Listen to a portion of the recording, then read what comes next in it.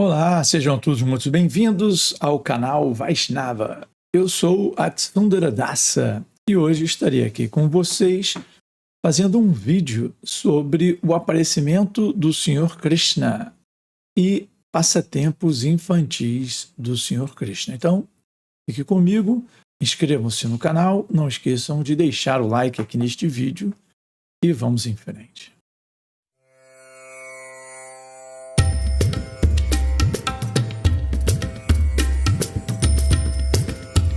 Muito bem, a nossa história vai começar há muitos anos atrás, há mais de 5.000 anos, há muito mais de 5.000 anos, há alguns milhões de anos atrás.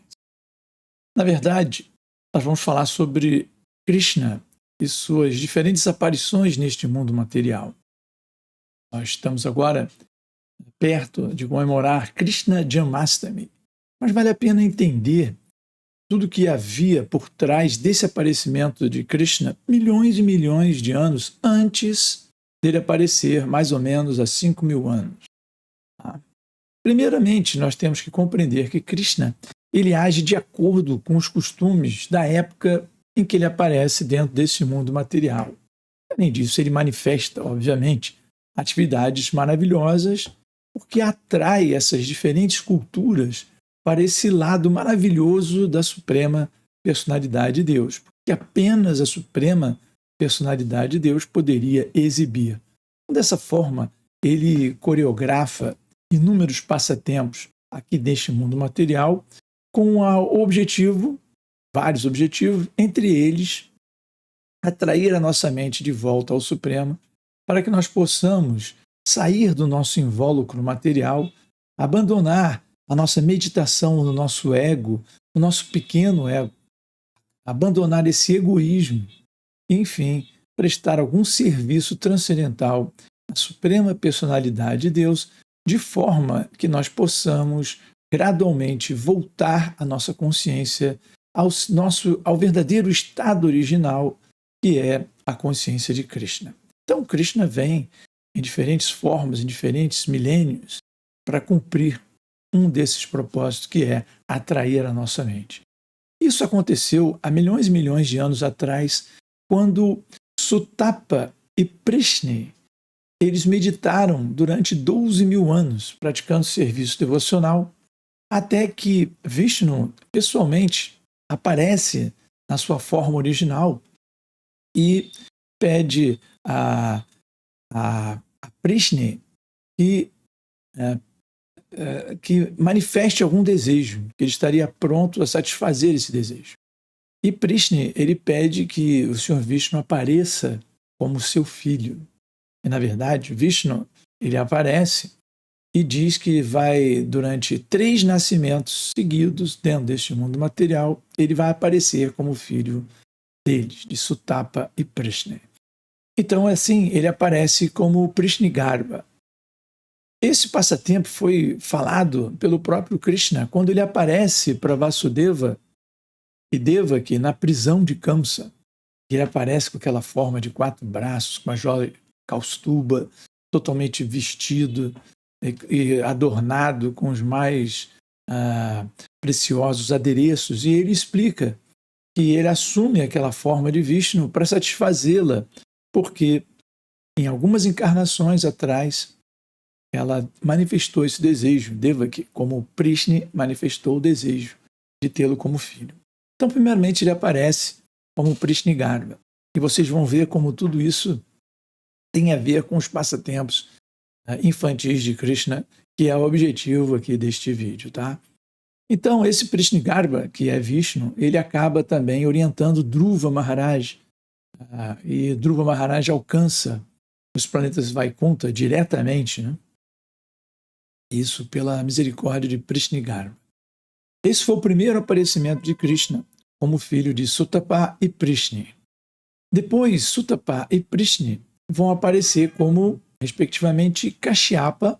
Sutapa vai ser Kashyapa e Prishni vai ser Aditi, a mãe de todos os devas, todos os semideuses, né? Então, como filho de Kashyapa e Aditi, essa mesma personalidade de Deus, o Senhor Vishnu, ele aparece como Upendra, que é mais conhecido como Vamana, Vamanadeva, a encarnação de um Brahmana anão de Krishna. E dentro de todo esse desenlace, desse passatempo maravilhoso, vocês vão lembrar que Vamanadeva vai se encontrar com Bali Maharaj. Mas antes de mencionar isso, nós vamos entender que na outra vida, Adita e Kashyapa aparecem como Devaki e Vasudeva, e eles têm Vishnu ou Krishna como seu filho também. Mas isso a gente vai ver um pouco mais para frente. Antes disso, é necessário fazer um parênteses, já que nós mencionamos aqui os semideuses. Os semideuses, eles são, na sua maioria, devotos de Krishna dentro desse mundo material. Eles controlam essa energia material. Então, alguns deles controlam o sol, outros controlam a chuva, outros controlam o vento. Todos os departamentos deste universo material são controlados por um dos devas, que nós chamamos de semideuses. Ao contrário do que nós podemos pensar, se, por exemplo, nesse momento que estou gravando esse vídeo, eu tenho aqui usar energia elétrica, e existe uma usina de energia elétrica produzindo essa energia, e essa energia ela é produzida com pessoas que estão administrando essa usina. Então, não é por acaso que a energia vem até a minha tomada e daí eu posso ligar meus equipamentos e gravar o vídeo. Então, existe muita administração, muita gestão para que isso tudo funcione corretamente. Da mesma forma, esse universo material, nós temos os devas que administram esse universo material para Krishna. Krishna ou Vishnu, eles não têm obrigação nenhuma, eles não têm deveres, porque eles são a suprema personalidade de Deus. Então, eles têm os devas que fazem esse trabalho para eles, um trabalho devocional. Então, nós temos, sim, gestão do Sol, que é uma grande usina de energia e luz, calor. Temos, sim, a gestão dos ventos, das chuvas, tudo isso recebe uma administração que é feita pelos Vedas, de acordo com a ciência védica que nós estudamos aqui e que está centrada no reconhecimento de que o que há para ser conhecido através dos Vedas é Krishna. E ele é o próprio Veda, ele é o próprio conhecimento, ele é o próprio objeto do conhecimento que nós devemos almejar conhecer. Quando conhecemos Krishna, e uma forma fantástica de conhecer Krishna é ouvir seus passatempos, então, ao conhecer Krishna, nós temos acesso ao que há para ser conhecido, que é o próprio conhecimento em si, que são os Vedas. A palavra Veda já, por si só, significa conhecimento. Então, os devas que administram esse universo, eles não estão sozinhos. Nós temos, porque assim como Aditi era esposa de Kashyapa, também Diti era a segunda esposa de Kashyapa. E a segunda esposa de Kashyapa deu origem aos Asuras, ou os Daityas, os filhos de Diti. Né? Enquanto que Aditi deu origem aos Devas, aos semideuses. E aí nós temos aquela discussão que existe dentro do mundo material, que são os princípios da bondade, os princípios da sabedoria, da tolerância. Em contrapartida, os princípios da cobiça, os princípios assim, da avareza, da violência. Né? Então, nós temos esses dois princípios que nós podemos considerar como Dharma, que são os princípios que seguem a religiosidade, e o Adharma, que são os princípios contrários a essa religiosidade, que é o princípio de tentar ao máximo se assenhorear desta energia material, deste mundo material. Então, aqueles que estão muito ocupados em se assenhorear, né, de se tornar senhores dessa energia material, eles seguem o Adharma. E eles são os Asuras, ou os Daityas, que tiveram origem da segunda esposa de Kashyapa. E aqueles que querem fazer a melhor gestão possível dos recursos dessa energia material, de forma a beneficiar todos os seres vivos, não apenas os seres humanos, mas todos os seres vivos, esses são os Devas, que são descendentes de Aditi, a primeira esposa de Kashyapa. Então, de acordo com o que vivemos dentro desse mundo material, nós sempre temos essa luta, essa dicotomia entre Dharma e adharma, entre a religiosidade e a irreligiosidade. E, como nós vemos, um dos princípios de Krishna vir a esse mundo material, como explicamos, é atrair a nossa mente de volta para ele, para que nós possamos meditar nesses passatempos e gradualmente moldar a nossa consciência para a consciência de Krishna, sermos conscientes de Krishna, de toda essa gestão e de todo o objetivo desse universo material, que é fazer com que possamos recuperar nossa relação perdida com a suprema personalidade de Deus. Esse é um dos objetivos. Outro objetivo, Krishna explica no Bhagavad Gita, Paritranaya Sadhunam, para proteger esses sadhus, proteger aqueles que seguem o Dharma, aqueles que estão preocupados com a gestão correta dos recursos deste universo material. Vinashayatya Duskritam, também destruir aqueles que querem apenas acumular riquezas, mesmo a custo do sofrimento de outras espécies, de seus semelhantes e até mesmo de outras espécies, que desejam apenas desfrutar irrestritamente dos recursos dessa natureza material.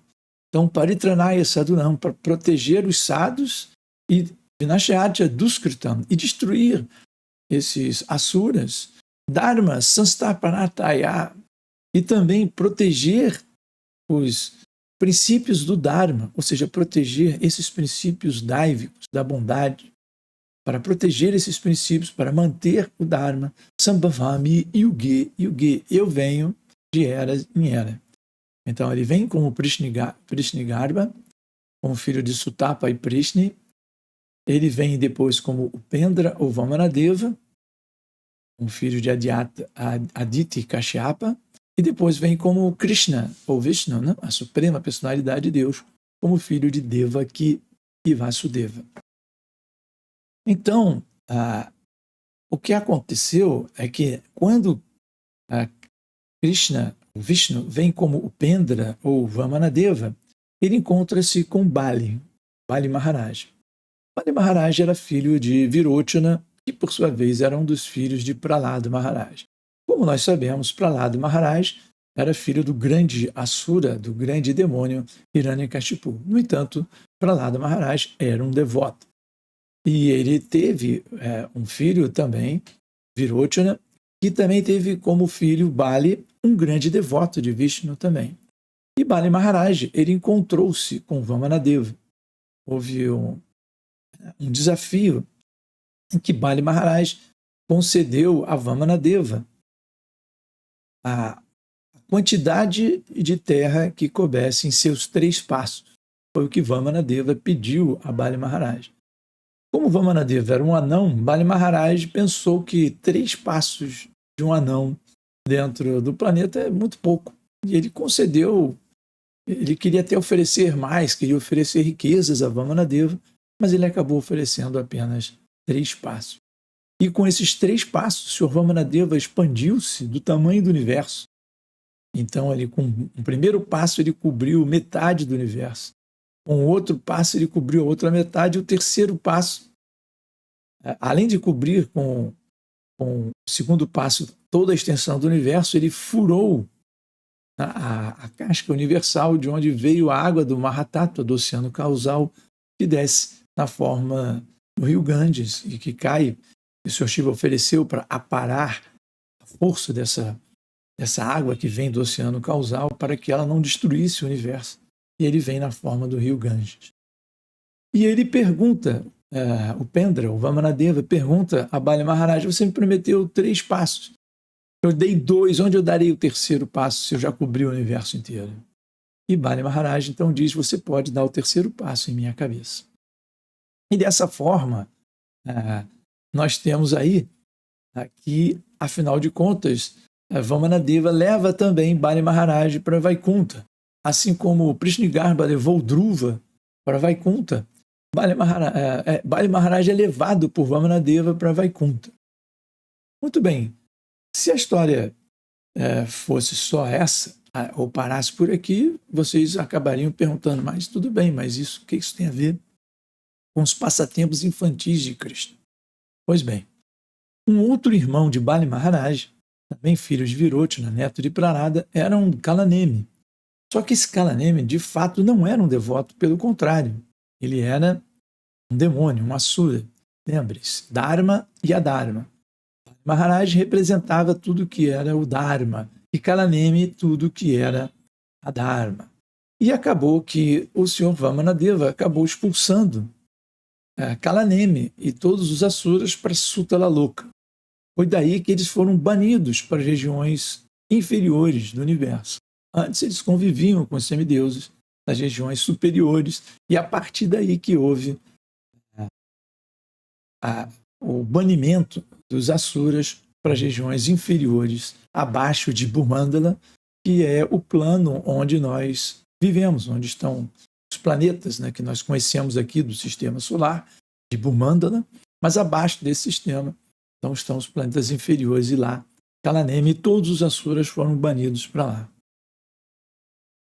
Então, assim, como nós estamos vendo, Dharma e Adharma, né? Os Devas representando, né, esses seres divinos que incorporam todas as virtudes, da retidão, da ordem, e os Asuras são associados à negatividade, né? Ao caos e à luta pelo poder. Então, o que caracteriza um Deva é o seu apego à retidão e à ordem, e um Asura, a luta pelo poder, cobiça pelo poder. Muito bem. E aí os Devas ficaram com o controle de Swarga Loka, a parte superior, que nós chamamos em outras culturas do céu, enquanto que Patala e os outros submundos ficaram sob controle dos Asuras. E é lógico que aí houve um grande levante desses Asuras, né? Houve um conflito universal, uma luta entre os Asuras e os Devas, e nessa luta acabou com assim, baixas de todos os lados, um desastre total. E quando isso acontece, Brahma, como de costume, ora ao Senhor Vishnu, ora a Paramatma, né, que está em Shetadvipa, e pede uma ajuda, uma solução. E Brahma, meditando no Senhor Krishna, tem a confirmação de que Krishna apareceria. E dessa forma, ele consegue um acordo, né? O Senhor Brahma consegue um acordo entre os Devas e os Asuras para que eles se unem para obter o néctar da imortalidade, que era algo que tanto os Devas queriam quanto os Asuras. Uns por alguns motivos de manter a retidão, a ordem, e outros pela cobiça do poder, mas eles fizeram um acordo e vamos bater então o oceano de leite com o Monte Sumero no meio, e aí nós vamos obter o Amrita, né, que é o néctar da imortalidade. Só que, ainda assim, isso terminou em luta, porque Krishna aparece como Mohini e ele engana, essa encarnação de Krishna engana os Asuras e dá o néctar aos semideuses. E aí, de novo, há uma grande luta, né? Há uma grande luta entre os semideuses e os Asuras, enquanto que os semideuses estavam derrotando os Asuras, eles começam a lançar grandes ilusões e começam a derrotar os Devas. Né? E aí, de novo, Brahma apela a Vishnu, que aparece e começa a matar esses Asuras, inclusive o próprio Kalanemi. Lembra-se, tudo isso começou quando o Bali Maharaj vai para Vaikunta, mas seu irmão Kalanemi é banido para Sutala Loka com os Asuras. Eles se revoltam, e dentro dessa grande revolta o Sr. Brahma acaba pedindo ajuda a Vishnu, e logo após o batimento do oceano de leite, e só isso já valeria a pena um passatempo à parte, mas vamos passar um pouco sobre esse passatempo. Mas após o batimento do oceano de leite tem uma grande batalha, e quando os Asuras estão derrotando os Devas, Vishnu aparece e mata Kalanemi. Muito bem. Aí, quando isso acontece, os demônios voltam, eles voltam para Sutala Loka, e eles começam a perceber que enquanto Vishnu ajudar os Devas, eles não vão conseguir o poder que eles querem desse nosso plano, do Mandala, e dos planos superiores. Então eles têm um plano, eles geram um plano para dominar esse nosso sistema Bhumandana, onde a Jambudvipa está localizado, onde Bharatavarsha, essa terra que vivemos, está localizada. Então eles têm um plano. Já estamos agora a um período mais ou menos de 5.000 anos atrás, né? Estamos falando de alguns milhões, essas lutas entre Devas e Asuras vêm rolando desde esse começo do universo, dos primeiros manos, dos primeiros filhos, né, de Kashyapa e Aditi e Diti, né? Então esse conflito começa desde aí e vem se arrastando aí por esses milhões de anos, e há 5.000 anos esses Asuras fizeram um plano de obter nascimento aqui em Bhumandana, né? Obter nascimento em famílias poderosas de kshatriyas. E assim, vários desses demônios começaram a nascer em Bhumandana, né? É preciso compreender que nós somos uma alma espiritual, estamos neste corpo material, mas a alma espiritual não morre quando o corpo morre. Pelo contrário, nós ficamos dentro desse mundo material num corpo sutil, que é formado de mente, inteligência e o ego, o falso ego.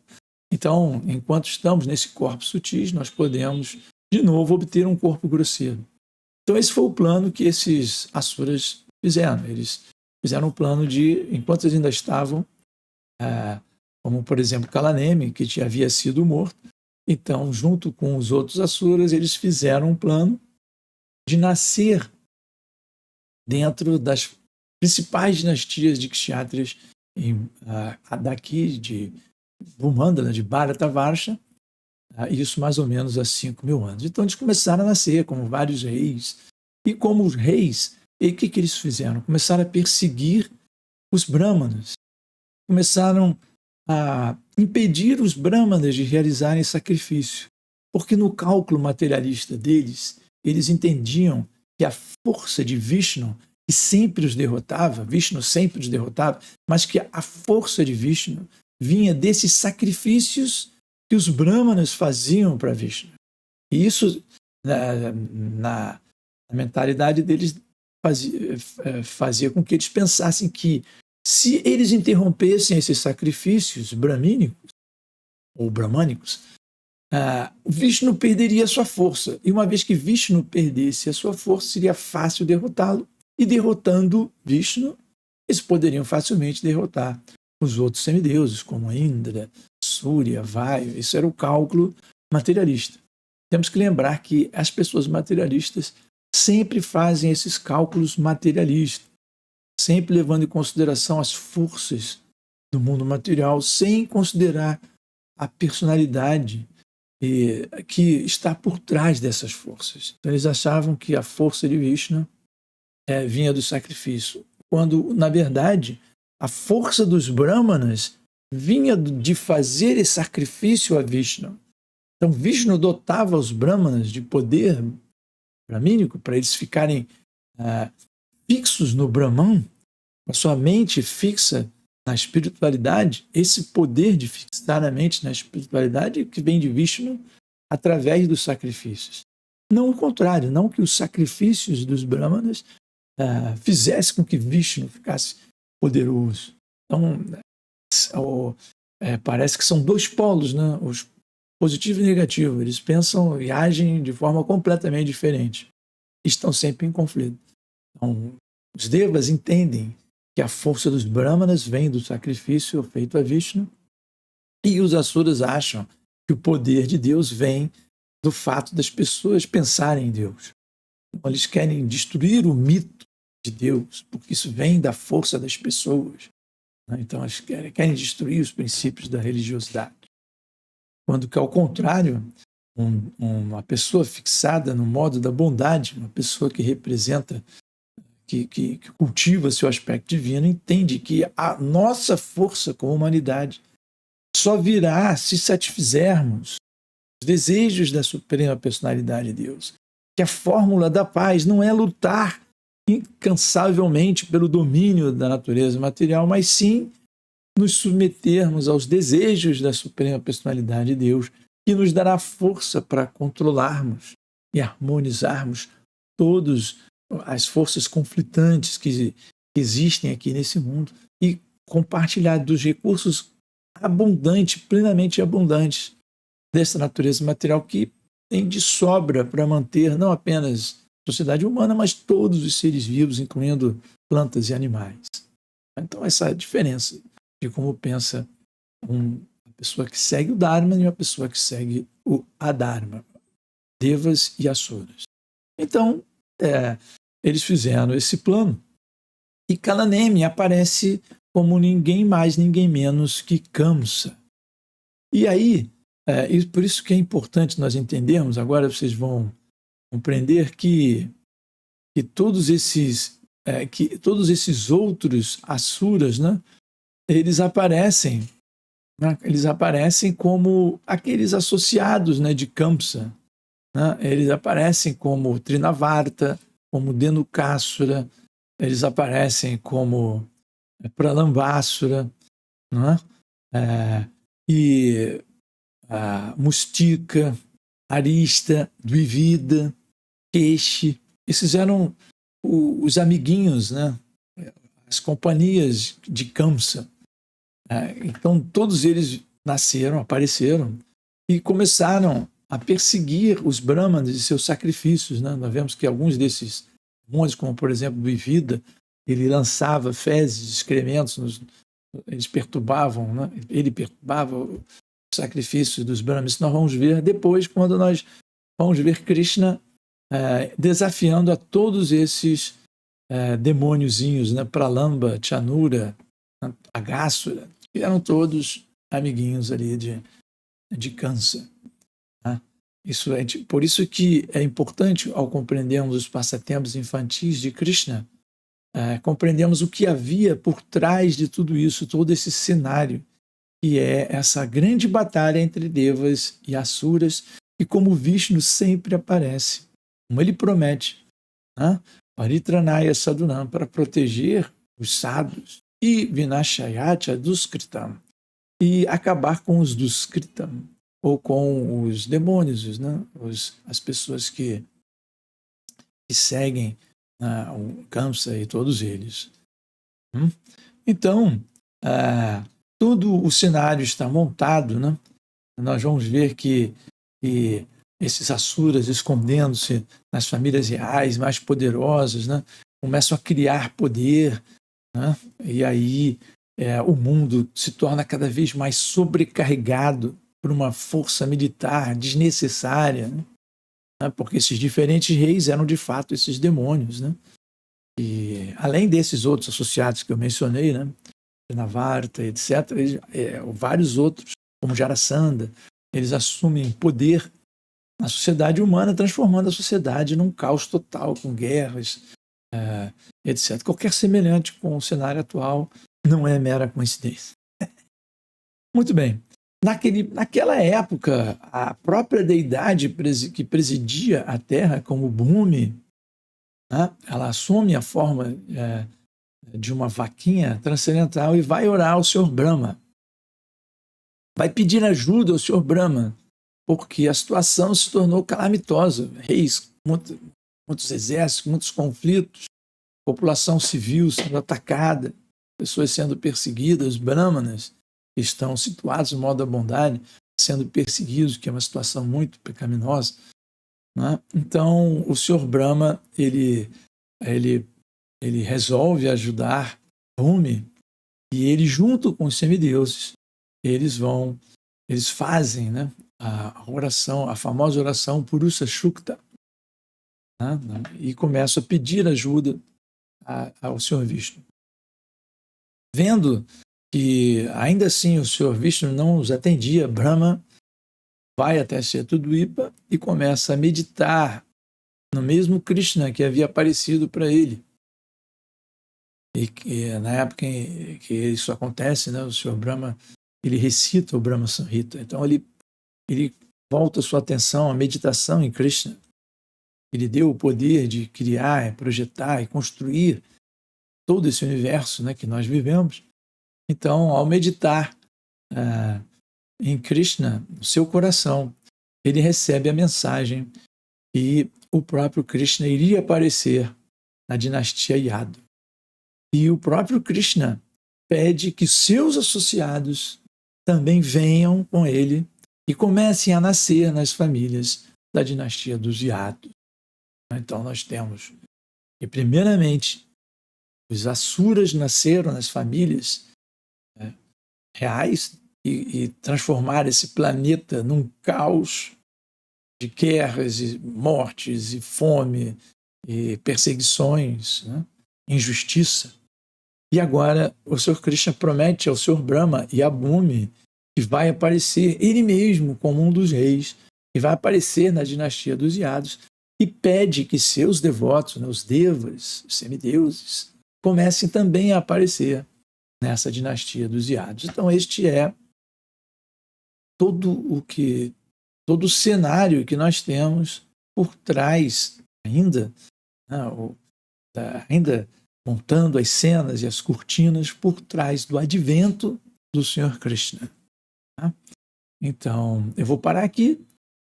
Vocês agora têm uma ideia de como era a situação universal e no próximo vídeo nós falaremos sobre o aparecimento do Sr. Krishna em si. Fique conosco. Novamente, peço a vocês para deixarem um like aqui no vídeo para que mais pessoas possam ter acesso a esse vídeo. Inscrevam-se no canal, ativem as notificações e nos veremos em breve. Obrigado.